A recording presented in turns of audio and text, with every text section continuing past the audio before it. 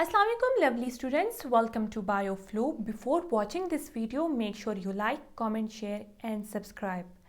इस चैनल में आपको एफएससी बायोलॉजी के तमाम लेक्चर्स मिलेंगे और ये लेक्चर्स एफएससी और एमडीकेट के प्रेपरेशन के लिए हैं। लवली स्टूडेंट्स, आज जो हम चैप्टर डिस्कस करने वाले हैं वो है बायो एनर्जेटिक्स। और बायो एनर्जेटिक्स का चैप्टर बहुत ज़्यादा इंपॉर्टेंट है। अगर हम इसको एफएससी के पॉइंट ऑफ व्यू से देखेंगे और एमडीकेट के पॉइंट ऑफ व्यू से भी ये बहुत इंपॉर्टेंट है। बहुत सारे क्वेश्चन जो है एमडीकेट में आते हैं बायो एनर्जेटिक्स के चैप्टर से। लवली स्टूडेंट्स, अगर हम बायो एनर्जेटिक्स की बात करेंगे, हम कहेंगे बायो का मतलब होता है लाइफ या फिर लिविंग ऑर्गेनिज्म।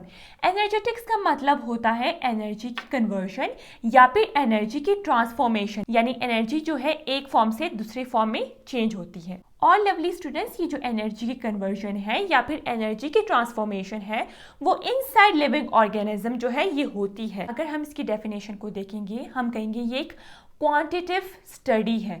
क्वांटिटिव स्टडी का मतलब क्या होता है? क्वांटिटिव स्टडी का मतलब होता है कितनी एनर्जी जो है सेल में स्टोर हो चुकी है और कितनी एनर्जी जो है उस सेल ने यूटिलाइज की, यानी कितनी एनर्जी उस सेल ने इस्तेमाल की और कितनी एनर्जी जो है वो ट्रांसफॉर्म हुई। ट्रांसफॉर्मेशन का मतलब है कन्वर्जन, यानी चेंज हुई, एक फॉर्म से दूसरी फॉर्म में चेंज हुई। इन बायोलॉजिकल प्रोसेसेस का मतलब होता है वो प्रोसेसेस जो इनसाइड लिविंग ऑर्गेनिज्म में होती है। फॉर एग्जांपल, प्लांट्स में कौन सा रिएक्शन होता है या फिर कौन सा प्रोसेस होता है जिसको हम कहेंगे फोटोसिंथेसिस।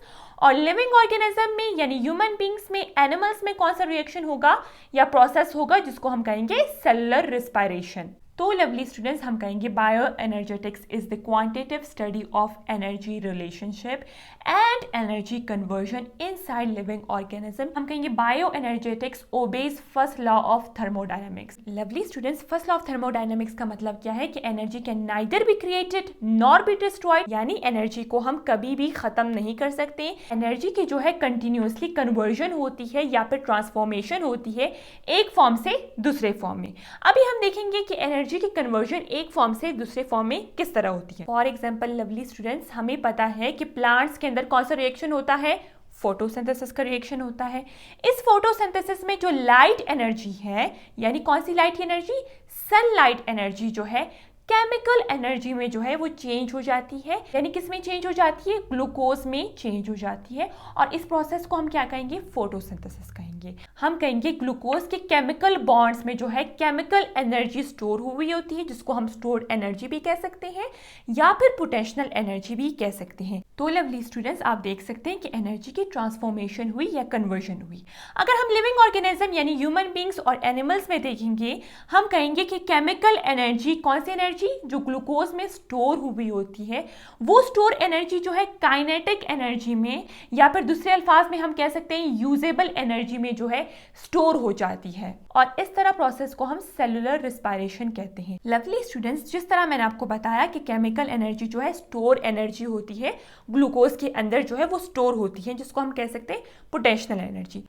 अब ये काइनेटिक एनर्जी का मतलब क्या होता है? काइनेटिक एनर्जी को हम यूजेबल एनर्जी भी कहते हैं, यानी वो एनर्जी जो हमें कौन से प्रोसेस में हेल्प करती है? मूवमेंट के प्रोसेस में हेल्प करती है, ग्रोथ के प्रोसेस में हेल्प करती है, रिप्रोडक्शन के प्रोसेस में हेल्प करती है।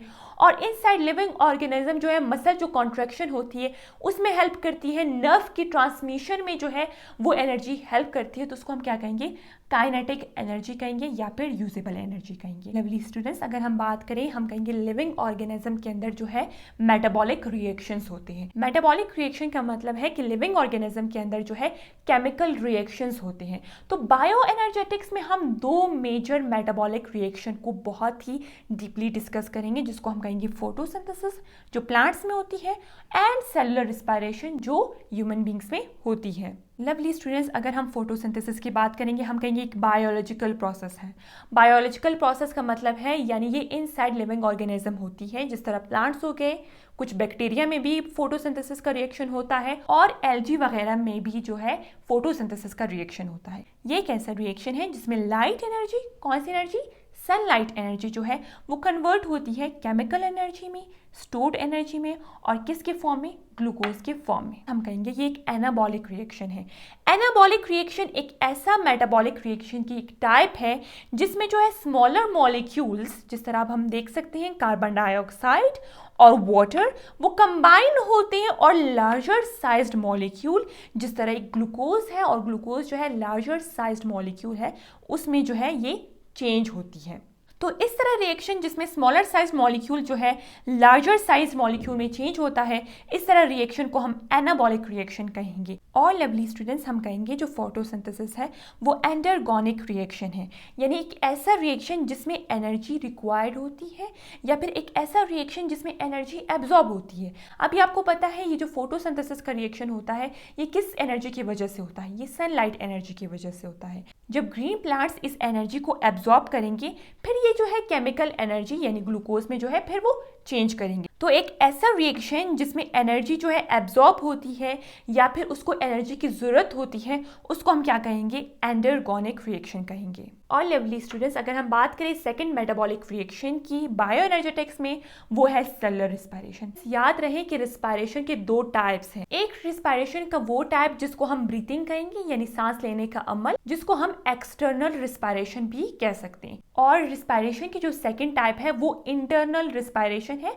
या फिर सेलुलर रिस्पायरेशन है। इनसाइड लिविंग ऑर्गेनिज्म या फिर सेल्स के अंदर जो है ये रिस्पायरेशन का प्रोसेस होता है, जिसको हम कहेंगे सेलुलर रिस्पायरेशन। एक ऐसा प्रोसेस है जिसमें हम कहेंगे कि केमिकल एनर्जी यानी वो एनर्जी जो ग्लूकोज में स्टोर होती है वो चेंज हो जाती है यूजेबल एनर्जी में, जिसको हम कह सकते हैं काइनेटिक एनर्जी। वो काइनेटिक एनर्जी जो है बॉडी यूज करती है अपने डिफरेंट फंक्शन को परफॉर्म करने के लिए। और लवली स्टूडेंट्स, हम कहेंगे सेलुलर रिस्पायरेशन एक कैटाबॉलिक रिएक्शन है, एक ऐसा रिएक्शन जिसमें कॉम्प्लेक्स साइज्ड जो मॉलिक्यूल्स हैं उसकी ब्रेकडाउन होती है और उससे जो है सिंपलर मॉलिक्यूल्स की फॉर्मेशन होती है।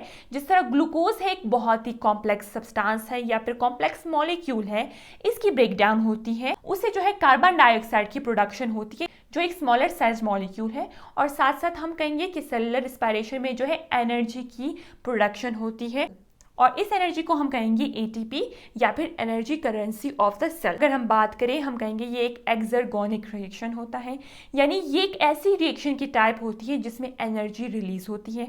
आप देख सकते हैं ग्लूकोज की ब्रेकडाउन से जो है कार्बन डाइऑक्साइड और वाटर की जो है फॉर्मेशन होती है और साथ साथ जो है एनर्जी की भी फॉर्मेशन होती है in the form of ATP. तो लवली स्टूडेंट्स, हमने जो है बहुत इंपॉर्टेंट टर्म्स के बारे में डिस्कस कर लिया, जिस तरह बायोएनर्जेटिक्स हो गया, लॉ ऑफ थर्मोडायनेमिक्स, फोटोसिंथेसिस और सेलुलर रिस्पायरेशन। अगर आपको ये वीडियो पसंद आई तो आपने वीडियो को लाइक ज़रूर करना है और चैनल को सब्सक्राइब करना है।